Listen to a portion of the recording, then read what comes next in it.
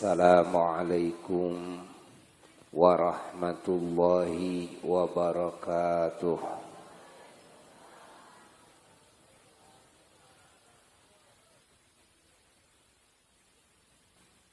Alhamdulillahi rabbil alamin.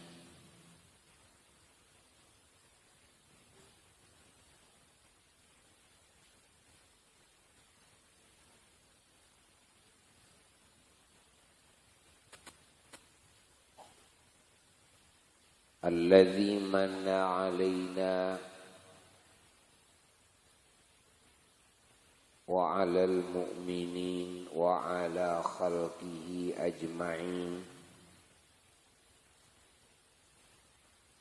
mannan kabira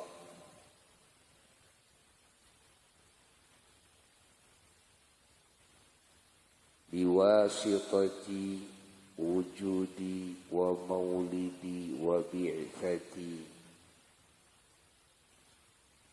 habibih wa nabiyyih wa rasulih wa safiyyih wa kalimih wa khalilih sayyidina wa nabiyyina wa maulana Muhammad al-mab'uts bi jazilil bushra wa ashhadu an la ilaha illallah wahdahu la syarika lah wa ashhadu anna sayyidana wa nabiyyana Muhammadan abduhu wa rasuluh. Allahumma salli wa sallim wa barik ala sayyidina Muhammad al-fatih lima ughliq wal khatim lima sabaq nasiril haq bil haq wal hadi ila siratikal mustaqim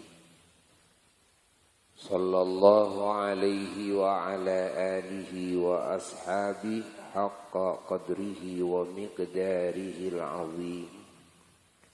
Wala hawla wala quwwata illa billahil aliyyil azim. Amma ba'du. Faya ibadallah wa ya ummata rasulillah sallallahu alaihi wa alihi wa sallam usikum wa nafsi bi taqwallah wattiba'i sunnati rasulillah sallallahu alaihi wasallam la'allakum tuflihun. Qala ta'ala fil Qur'anil Karim a'udzu billahi minasy syaithanir rajim bismillahirrahmanirrahim wa ma arsalnaka illa rahmatan lil alamin. Shadaqallahul aliyyul azim.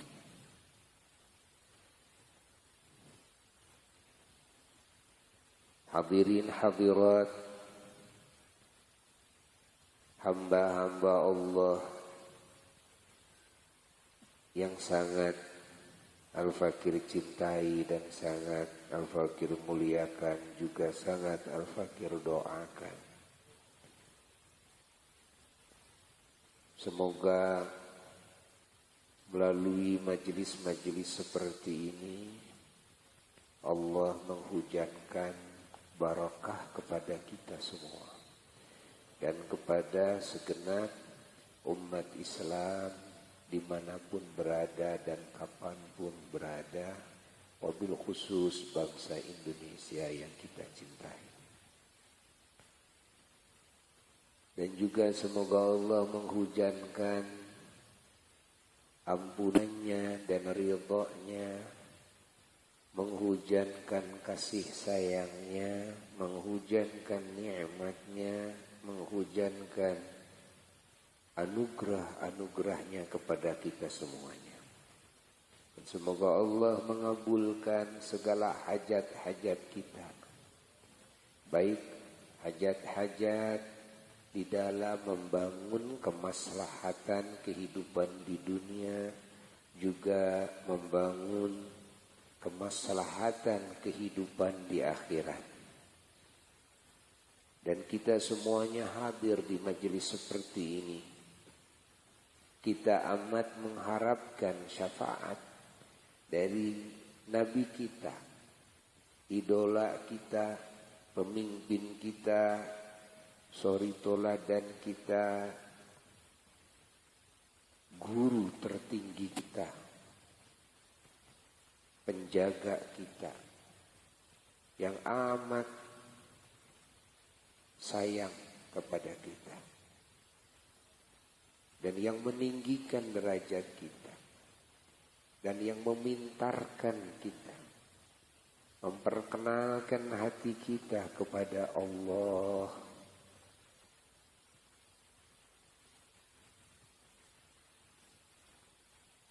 Memberikan ajaran kepada kita dengan sebaik-baiknya ajaran. Ajaran yang sempurna, ajaran yang suci, ajaran yang benar, ajaran yang terpuji, ajaran yang unggul, ajaran yang terdepan, ajaran yang wangi, ajaran yang terang, yang mana siapapun jikalau betul-betul mengamalkan ajaran beliau, maka orang tersebut pasti akan menjadi manusia sempurna, pasti akan menjadi manusia terpuji, pasti akan menjadi manusia yang unggul, pasti akan menjadi manusia yang terdepan, pasti akan menjadi manusia yang suci, yang benar. Karena tidak ada ajaran yang sempurna, yang terpuji, yang terdepan, yang benar, yang wangi, terkecuali ajaran Nabi kita Sayyiduna wa Maulana Muhammad sallallahu alaihi wa alihi wasallam. Beliaulah yang mengajarkan kita bagaimana bergaul dengan Allah sebaik-baiknya pergaulan. Beliaulah yang mengajarkan kepada kita tata cara bergaul dengan sesama makhluknya dengan sebaik-baiknya pergaulan. Bagaimana kita bergaul dengan sesama manusia, baik itu orang tua, guru, suami, istri, anak, majikan, karyawan, pemerintah, rakyat, tetangga yang dekat, yang jauh.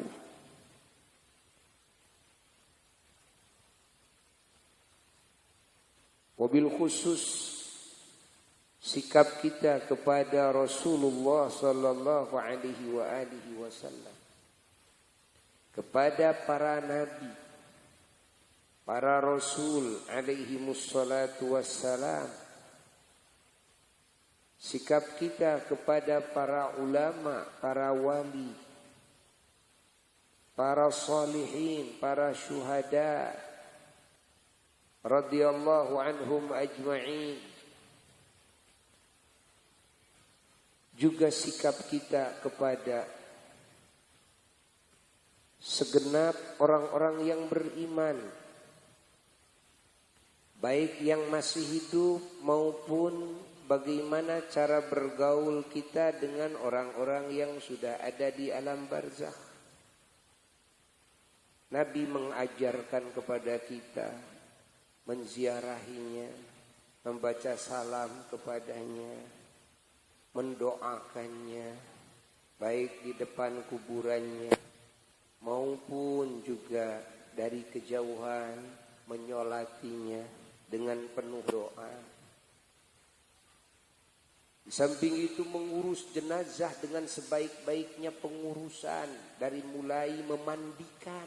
Kita tidak akan menemukan coba ajaran mana yang sangat santun, sangat sopan, sangat beradab terhadap bangkai. Hanyalah ajaran Rasulullah. Dimandikan, dikafan dengan kafan yang bersih, 3 lembar. Subhanallah. Lalu setelah itu disolati dengan penuh doa. Ini sikap kita kepada mukmin yang sudah wafat, yang sudah mati. Ajaran siapa ini? Rasulullah. Lalu dikuburkan, terhormat, pakai liang lahat, tidak sembarangan masukkan ke lubang, langsung ditimbun tanah, dihadapkan ke kiblat, didoain lagi. Subhanallah. Bahkan sebagian daripada para ulama ada yang membaguskan mengadzankan azan di dalam kuburan, qomat di dalam kuburan. Untuk apa? Mengusir setan. Karena setan itu amat takut sama azan. Karena setan di dalam hadis, selama mereka belum menyaksikan bahwa manusia ini selamat daripada pertanyaan malaikat Munkar Nakir, mereka terus mengikuti, menonton. Selamat apa enggak? Selamat apa enggak? Kalau tidak selamat, gol apa yang sudah diperjuangkan. Karena setan habis-habisan siang dan malam mencari jalan untuk menyesatkan manusia supaya menjadi teman mereka di neraka. Maka mereka saksikan, mereka ikuti sampai alam kubur. Mereka lihat, mereka tonton. Yang sudah diupayakan siang malam, digoda siang malam, apakah bisa menjawab pertanyaan malaikat Munkar Nakir atau tidak? Kalau ternyata bisa, maka mereka menjerit-jerit,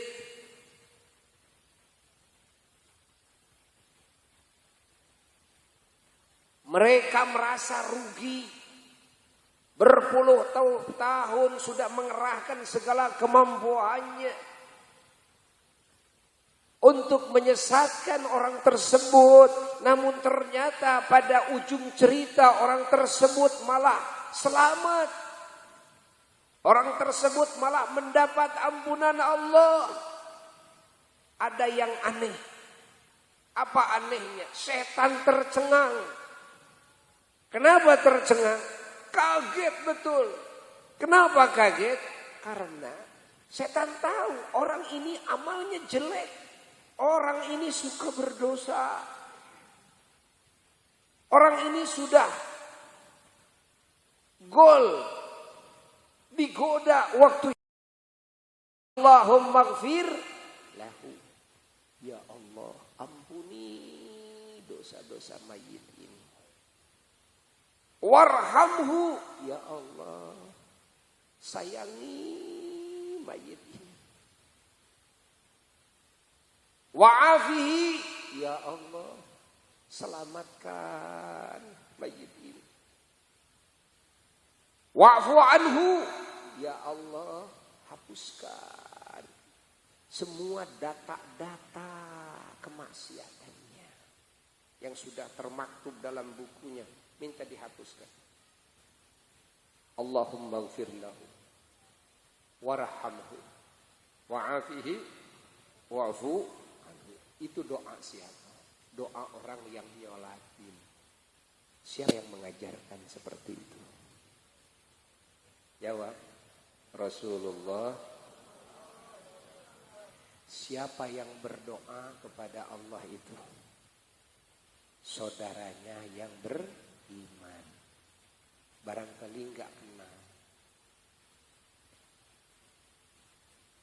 Walaupun tidak kenal tetap, kalau sama-sama beriman tetap saja bisa saling membela.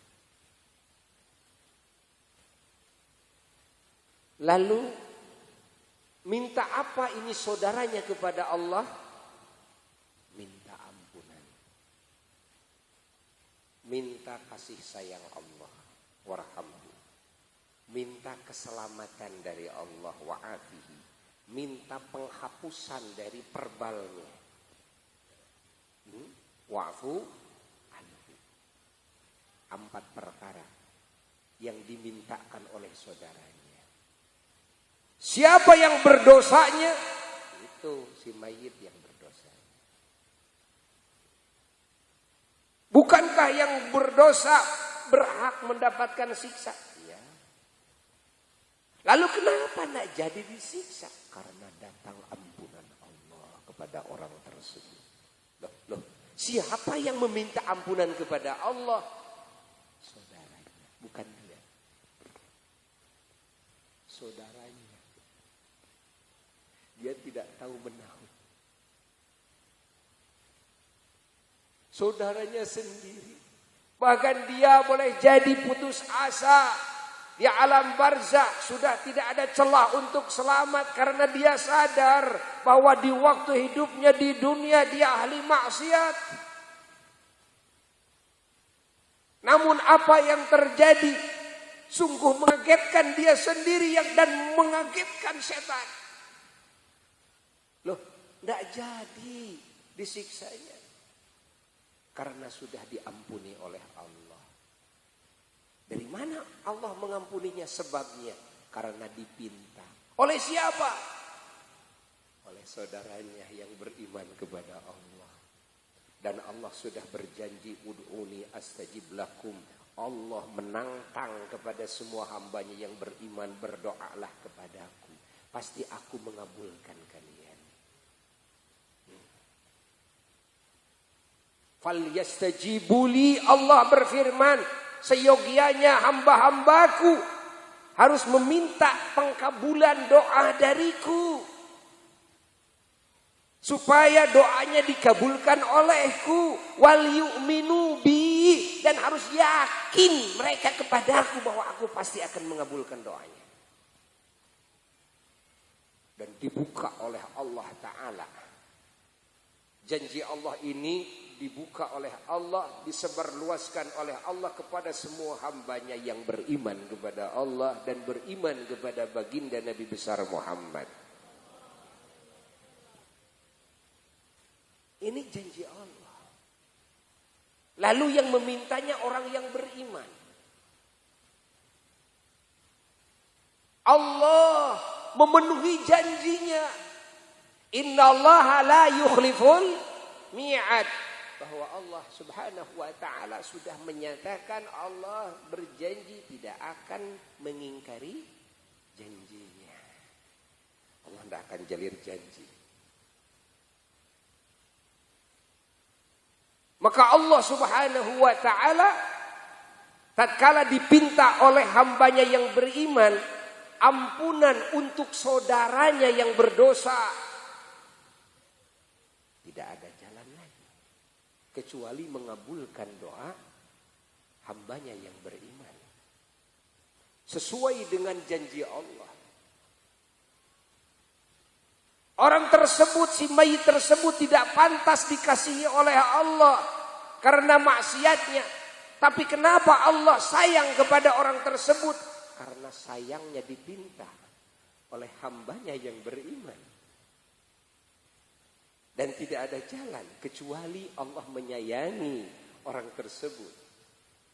Begitu pula keselamatan di alam kubur, dari siksa kubur, keselamatan nanti tatkala bangkit dari kubur, dari bencana-bencana akhirat, sampai selamat daripada api neraka. Itu makna wa'afihi. Ya Allah, selamatkan mayit ini dari bencana kubur, selamatkan mayit ini dari azabmu di akhirat, dari bencana akhirat.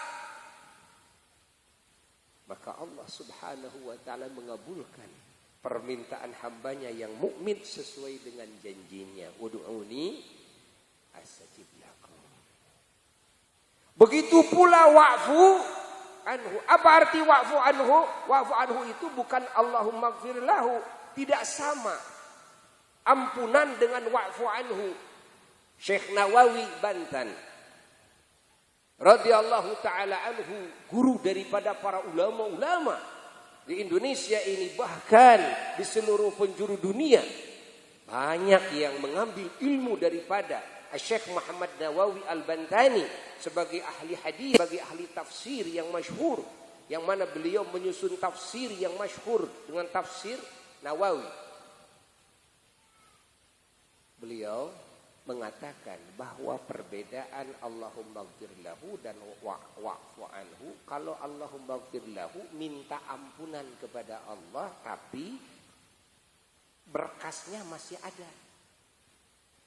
Catatan-catatan kejahatan orang ini masih ada, tulisannya masih ada. Apa resikonya kalau masih ada? Resikonya nanti yaumul kiamat tetap akan mendapat cemoohan dan mendapat wirang. Malu. Kenapa? Karena setiap amal manusia satu sama yang lain bisa melihat.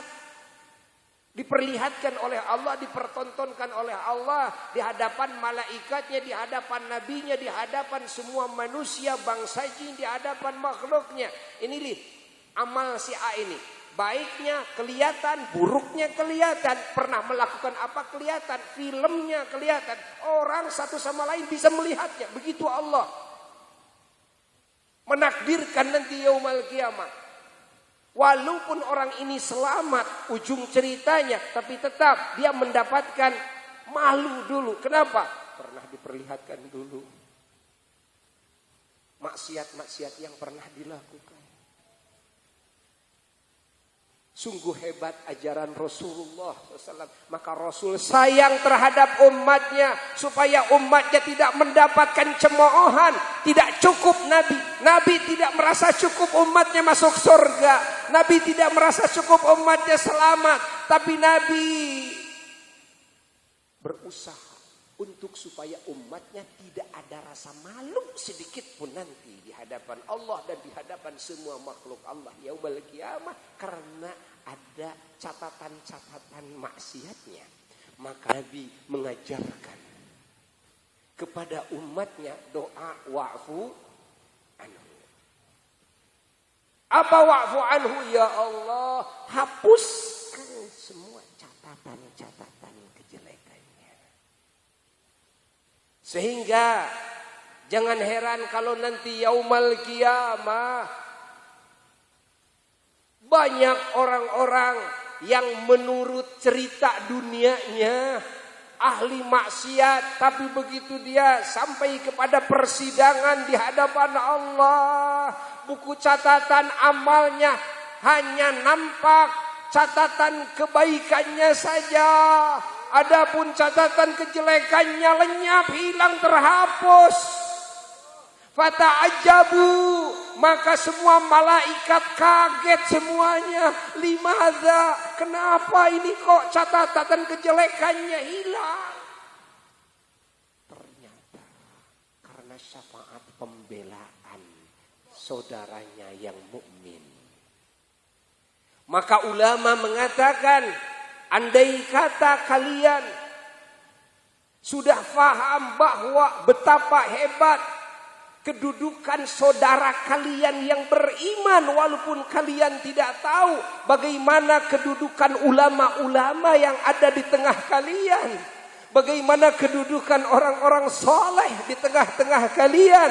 Bagaimana kedudukan wali-wali Allah di tengah-tengah kalian? Dan bagaimana kedudukan Nabi kalian Sayyiduna Muhammad? Kamu dekat dengan orang yang beriman saja, lalu kamu mati, lalu orang beriman memohon kepada Allah seperti itu, lalu Allah mengabulkan, kamu sudah bisa selamat. Disinilah wasiat Nabi kita supaya memperbanyak teman sebanyak-banyaknya yang beriman. Supaya kita sering duduk dengan orang-orang soleh. Supaya kita bisa sering duduk dengan ulama-ulama Allah. Kita diajarkan ziarah kepada para wali. Kita diajarkan banyak salawat salam kepada Rasulullah. Kita diperintahkan untuk sering berziarah ke makam Rasulullah. Apa hikmah di balik itu? Justru supaya kalian ada yang membela. Tatkala ilmu kalian gagal, tidak bisa menyelamatkan kalian. Tatkala amal kalian karena ketidakikhlasan gagal, tidak bisa menyelamatkan kalian. Tatkala doa-doa kalian mahjub, ditolak oleh Allah karena kemaksiatan kalian, tapi masih ada jalan untuk keselamatan kalian. Andai kata ada orang yang beriman yang mau dan sudi mendoakan kalian, maka bersahabatlah dengan banyak orang sebanyak-banyaknya dari kelompok orang-orang yang beriman. Maka bersahabatlah sebanyak-banyaknya dengan orang-orang soleh. Maka sering-seringlah hadir di majlis-majlis para ulama. Tataplah wajah ulama. Bersentuhanlah tangan kalian dengan tangan ulama. Berdekatlah dengan ulama. Karena ulama-ulama Allah adalah orang-orang yang oleh Allah dikasih kedudukan bisa memberikan pertolongan yang lebih ketimbang umumnya orang-orang yang beriman, bahkan ketimbang orang-orang yang soleh, bahkan ketimbang para syuhada, orang yang mati syahid. Kedudukan ulama di atasnya, di bawah para nabi. Di mana Rasulullah sallallahu alaihi wasallam bersabda dalam hadisnya, hadis ini diriwayatkan oleh banyak ahli hadis, termasuk Al-Imamul Ghazali dalam Ihya-nya juz pertama meriwayatkan hadis ini, bahwa Rasulullah sallallahu alaihi wasallam bersabda, yashfa'u yaumal qiyamah thalatha, nanti hari kiamat di mana setiap orang tidak bisa membela dirinya apalagi membela yang lain. Tapi ada 3 kelompok yang bisa membela yang lain daripada api neraka. Apa dan siapa? Yang pertama al-anbiya, para nabi. Para nabi ini orang-orang yang oleh Allah kasih kedudukan bisa membela yang lain. Dikasih kebijakan bisa menyelamatkan yang lain. Tsummal ulama, setelah para nabi, lalu para ulama-ulama Allah. Yang kedua, ulama-ulama Allah. Maka banyak hadis meriwayatkan, beruntung sekali kalau di satu kota, di satu kampung, di satu tempat ada ulama Allah. Karena pertanda akan turunnya terus hujan rahmat dari Allah yang tiada henti. Turunnya hujan keberkahan dari Allah yang tiada henti. Turunnya hujan ampunan Allah tiada henti. Banyak umat yang sesungguhnya dia berhak masuk neraka tapi tidak jadi. Mereka tidak sadar keselamatannya karena barokahnya doa ulama. Karena barakahnya amal ulama, karena barakahnya akhlak ulama, karena barakahnya munajat-munajat ulama tanpa mereka ketahui. Allahu Akbar. Begitulah ulama Allah. Maka di dalam hadis dikatakan, tatkala ulama wafat, ini pertanda akan turun bencana. kepada ahli kampung tersebut, kepada ahli kota tersebut. Kenapa? Karena sang pemohon rahmatnya, sang pemohon ampunannya, sang pemohon barokahnya, sang pemohon anugerahnya dari Allah sudah wafat. Subhanallah. Hayati oleh kita semuanya. Kalau saja kedudukan sesama mukmin sudah bisa saling bela, bagaimana kedudukan ulama? Yang ketiga, tsumma syuhada, lalu yang bisa membela yang lain adalah kelompok orang-orang yang mati syahid. Ini orang-orang yang oleh Allah dikasih kebijakan bisa membela yang lain. Di mana kedudukan para aulia, para wali adalah dalam kedudukan ulama. Karena para wali adalah para ulama. Dan para ulama pun juga adalah para wali. Allah Subhanahu wa ta'ala tidak menjadikan seseorang wali kecuali dia ulama. Baik ulama yang sudah diduga oleh masyarakat maupun ulama yang tidak diketahui oleh masyarakat. Andai kata ada terjadi cerita ada seorang yang bodoh tapi langsung menjadi wali, maka artinya Allah berikan dulu ilmu ke dalam hatinya yang disebut dengan ilmu laduni. Masukkan ke dalam hatinya sehingga tahu kepada makna Quran, tahu kepada makna hadis, tahu kepada hukum-hukum Allah. Maka Allah angkat dia menjadi wali Allah setelah Allah masukkan ilmu dalam dadanya. Tetap tidak akan ada wali Allah kecuali dari kelompok ulama. Dan setiap ulama adalah wali Allah. Walaupun derajatnya berbeda-beda. Kelasnya berbeda-beda. Jikalau ulama ini sudah masuk kepada ranah ulama Allah. Karena ulama ada dua. Pertama ada ulama-ulama su, yakni ulama-ulama yang jelek. Yang memang berbeda apa yang didakwahkan dengan apa yang dilakukan oleh dia pribadi. Yang bisanya hanyalah ceramah saja, tapi giliran praktek dalam kehidupannya tidak sesuai dengan ilmu yang diamanahkan oleh Allah dan Rasulnya. Ini adalah yang disebut dengan ulama su, ulama-ulama yang jelek. Ini tidak termasuk kepada ulama yang dibicarakan barusan yang bisa memberikan syafaat. Adapun yang bisa memberikan syafaat adalah ulama-ulama Allah yang punya mandat dari Allah dan Rasulnya untuk menyebarkan dakwah Rasulnya, mengikuti jejak nabinya, menjadi perwakilan Rasulnya di dalam membina umat. Membangun keimanan di dada-dada umat, membangun keislaman dalam kehidupan umat, membangun keihsanan di dalam segala gerak-gerik umat, membangun kemaslahatan hidup dan peradaban yang termulia dan terpuji. Bagaimana pergaulan dengan Allah, bagaimana pergaulan dengan sesama makhluk Allah secara menyeluruh dengan sebaik-baiknya peradaban. Dan ulama ini memberi contoh dengan kehidupannya seperti Rasulnya yang memberi contoh dengan kehidupannya. Bagaimana akhlak Nabi tatkala diceramahkan lalu ulama sudah melakukan akhlak tersebut?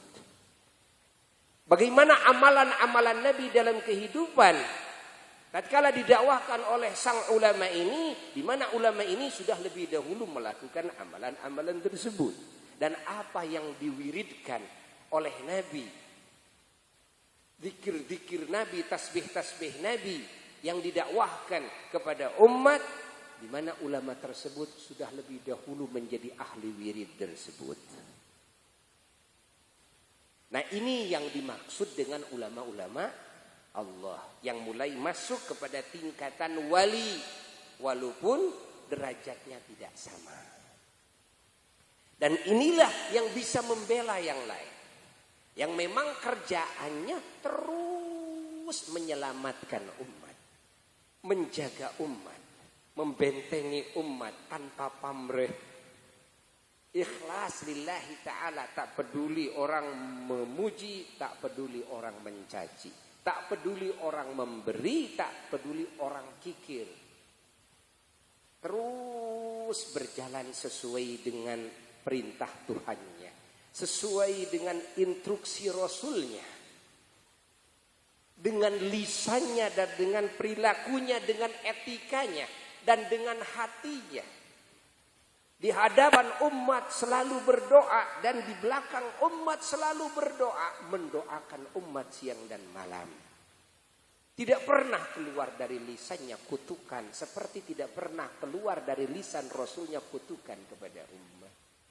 Sangat bijak di dalam menyelesaikan masalah-masalah umat. Menjadi rujukan umat dan menjadi tempat curhat umat dan menjadi solusi bagi umat. Dasar di dalam dakwahnya ulama ini adalah rahmat, kasih sayang di dalam hati. Seperti Rasulnya dasarnya adalah kasih sayang.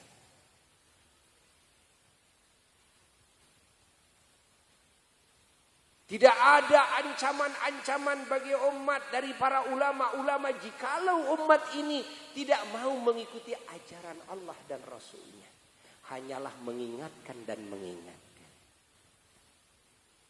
Tatkala menghadapi umat ini menolak ajakannya, ulama-ulama Allah itu pasti sabar dan selalu berdoa dan tidak pernah berhenti, terus berupaya bagaimana umat ini tetap selamat mendapatkan petunjuk dari Allah.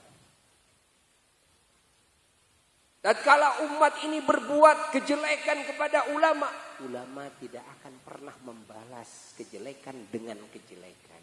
Pasti kejelekannya akan dibalas dengan kebaikan seperti Rasulnya. Begitulah ulama-ulama Allah. Dakwahnya kalau berbicara lembut, penuh hikmah,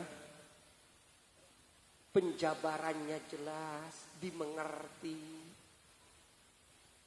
dengan ramah, wajah yang sembringah, menarik hati setiap para pendengar dan penglihat.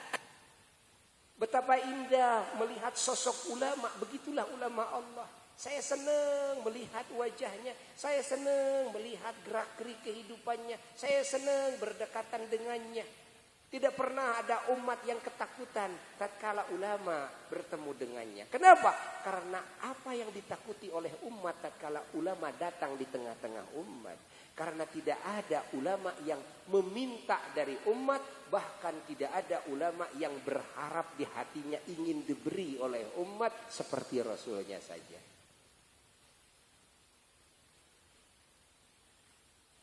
Catat oleh kita. Rasul itu punya akhlak, pertama tidak pernah meminta kepada siapapun, hatta sahabatnya. Kedua, tidak pernah menginginkan diberi. Dalam hati tidak ada. Begitulah ajaran Nabi. Dan yang ketiga, Nabi tidak pernah menolak pemberian. Kalau dikasih hadiah oleh umat, diterima. Tapi Nabi kalau dikasih zakat daripada umat, Nabi terima, tapi Nabi tidak makan, Nabi tidak pakai, lalu dibagikan lagi kepada mustahik-mustahiknya.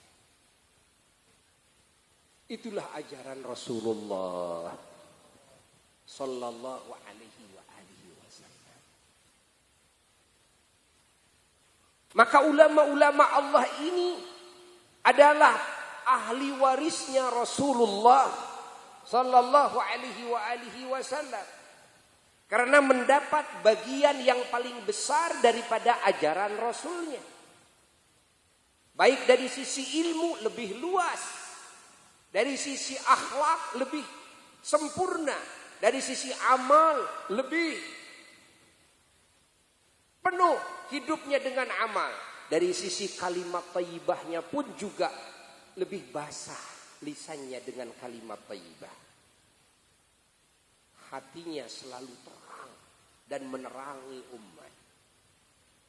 Doanya ditumpahkan bukan untuk dirinya saja dan keluarganya saja, tapi untuk umat. Seperti Rasulnya. Sayyiduna wa maulana Muhammad sallallahu alaihi wa alihi wasallam. Ini yang dimaksud dengan ulama-ulama Allah yang tadi. Bukan ulama-ulama yang yang jelek. Ulama yang memang di dalam akhlaknya banyak kecacatan. Ulama yang memang di dalam cara dakwahnya tidak seperti dakwah Rasulnya, dengan kekerasan, dengan kekasaran. Jikalau ada umat yang menentang aturan Allah, mengancam, main pelotot atau main sikat, enggak. Kepada orang-orang yang tidak mau beriman, bagaimana Nabi? Lakum dinukum, tetap tidak mau beriman, ya sudah. Kalau tidak beriman, lakum dinukum, bagimu agamamu, waliya dini, bagiku agamaku. Ya. Itu bagi yang memang sudah tidak bisa didakwahi. Tapi Nabi tidak pernah berhenti berdakwah dengan cara yang baik. Nabi tidak pernah memperlihatkan permusuhan dengan setiap orang yang kontra dengannya. Coba bayangkan, apakah Nabi waktu diutus jadi Rasul di orang mukmin atau orang kafir? Mukmin apa kafir? Langsung menerima ajaran Nabi apa menolak? Subhanallah. Memusuhi mereka atau mencintai Nabi? Pertama-tama seperti itu. Tapi bagaimana sikap Nabi? Apakah Nabi menyikapi orang-orang yang memusuhi beliau dengan memusuhi lagi? Apakah Nabi menyikapi orang-orang yang mencaci maki kepada beliau dengan caci maki lagi? Subhanallah. Tapi Nabi terus tidak berhenti datang mengunjungi rumah-rumahnya. Nabi menengok yang sakitnya. Siapa yang ditengok? Orang kafir. Nabi ikut melayat jenazah-jenazah orang kafir. Nabi ikut membantu memberi dengan hartanya langsung makanan, minuman kepada mereka orang-orang kafir. Sehingga di dalam riwayat hadis dikatakan di Madinah ada seorang Yahudi yang buta. Yahudi buta. Yahudi buta. Dia kerjaannya menghina-hina Rasulullah. Ini terjadi di pasar Madinah. Kerjaannya menghina Nabi karena dia tidak tahu. Begitu Nabi lewat ke pasar tersebut, ada orang buta yang tukang minta-minta lagi mencaci-caci beliau. Bagaimana tindakan beliau? Tindakan beliau langsung bawa makanan. Lalu beliau menyapa orang buta tersebut. Ta'aruf, saling kenal. Beliau tidak mengatakan nama Muhammad Rasulullah. Subhanallah. Begitulah cara uslub dalam berdakwah. Tapi beliau memperlihatkan dulu. Karena kalau beliau mengatakan Muhammad Rasulullah, logikanya bukankah Muhammad Rasulullah itu yang dicaci-caci oleh dia? Yang hadir dalam hatinya bahwa Muhammad Rasulullah itu orang jelek, orang jahat dan sebagainya. Tapi tidak, Rasulullah ngumpetin namanya. Tapi Rasulullah setiap pagi Rasulullah ngasih makan orang tersebut. Setiap pagi Rasulullah ngajak ngobrol dengan orang tersebut. Dengan sapaan yang lembut, indah. Cerita-cerita yang penuh hikmah. Pelajaran yang penting sehingga orang Yahudi tersebut tahu etika-etika terpuji. Tahu etika-etika mulia. Karena dibina oleh Nabi. Padahal dia belum tahu bahwa itu yang ngasih makan Nabi. Subhanallah. Itu terjadi lama sekali. Sampailah Nabi sakit. Masih sakit. Di waktu sakit Nabi masih tetap Nabi memberikan makan. Wafatlah Rasulullah. Begitu wafat. Ini si musafir ini, yang buta ini, Yahudi ini kehilangan teman. Yang sangat selalu menghibur dia. Yang memberi motivasi kepada dia. Yang memberi ajaran yang agung kepada dia. Bahkan langsung menyuapi dengan tangannya. Mengasih makanan kepadanya dan minuman. Sayyidina Abu Bakar As-Siddiq radhiyallahu taala anhu lewat ke pasar tersebut. Dia lagi menangis, ditanya oleh Sayyidina Abu Bakar, "Hei, Pak Tua, kenapa kau menangis?" "Saya kehilangan teman yang tiap pagi dan tiap sore biasanya ngasih makan kepada saya. Saya beberapa hari sekarang kelaparan. Di mana teman tersebut teman yang sangat agung sekali di mata saya dan di hati saya. Di samping dia ngasih makanan dan minuman, menyuapinya langsung dengan tangannya, mengajak ngobrol dan memberi motivasi kepada saya, memberikan ajaran tentang etika yang agung yang belum pernah saya dengar dalam ajaran saya, dalam agama saya, dan belum pernah saya menemukan manusia yang begitu mulia sepertinya. Andai kata ada yang mungkin menjadi nabi di masa ini, bukan Muhammad yang harus jadi nabi itu. Muhammad orang jahat, tapi itu yang harus jadi nabi itu." Allah. Sayyidina Abu Bakar tercengang. Ini orang oleh nabi setiap hari dikasih makan dan minum, tapi tetap mencaci nabi. Subhanallah. Dia tahu bahwa yang memberi makan setiap pagi adalah Rasulullah sallallahu alaihi wasallam. Lalu Sayyidina Abu Bakar nyamperin orang Yahudi tersebut. "Pak Tua, bersabarlah Pak Tua. Tahukah siapa yang suka memberi makan dan minum kepada Pak Tua?" "Saya tidak tahu, dia tidak pernah memberitahu tentang namanya." "Apakah kamu tahu siapa dia?" "Pak Tua, dia adalah Muhammad Rasulullah."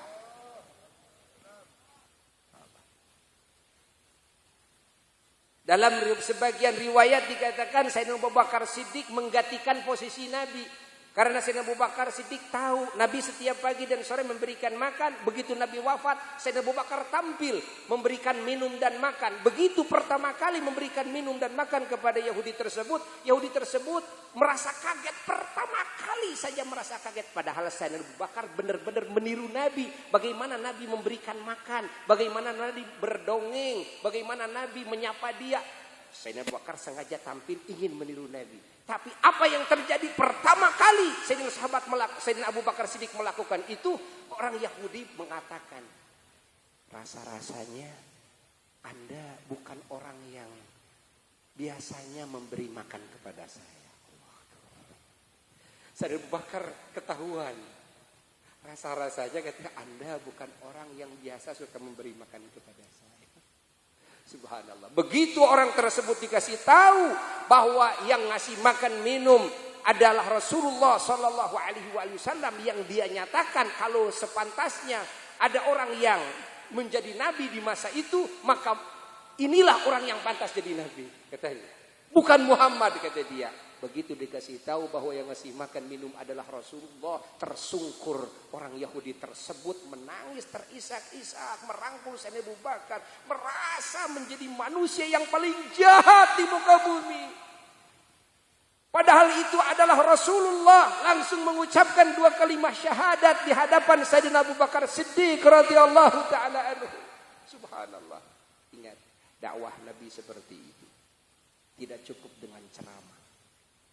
Tidak cukup dengan ceramah, tapi dengan akhlak, tapi dengan amaliyah sehari-hari, dengan pergaulan yang baik, dengan istri, dengan suami, dengan anak, dengan tetangga, dengan sesama, dengan pemerintah, dengan rakyat, dengan majikan, dengan karyawan, dengan siapapun, hatta dengan hewan sekalipun.